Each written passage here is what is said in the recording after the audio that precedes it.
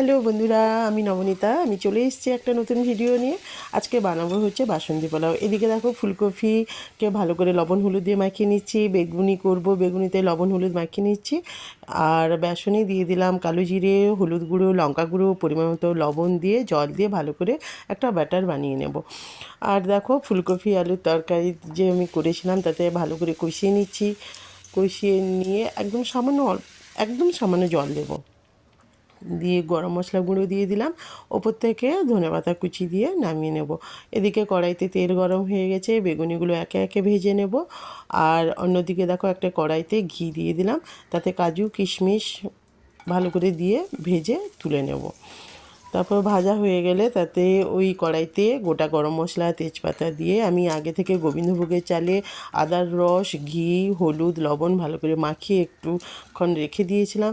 ওই কড়াইতে দেখো ওই চাল দিয়ে ভালো করে ভেজে নেব। একটা ভাজা ভাজা গন্ধ বেরোবে, তখন পরিমাণ মতো জল দিয়ে দিব। জল দিয়ে ঢাকা দিয়ে দিলাম।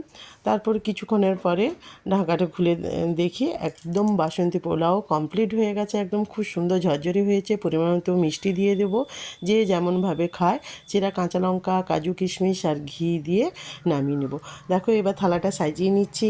এবারে বেগুনি দিব, ফুলকপি, আলু, মটরশুঁটি তরকারিটা দিয়ে, টমেটো চাটনি দিয়ে থালাটাকে সাজিয়ে নিলাম। তো বন্ধুরা, কেমন লাগলো আমার এই ভিডিওটা? ভালো লাগলে লাইক কমেন্ট শেয়ার করো। আজ আসছি, আজকের মতো টাটা।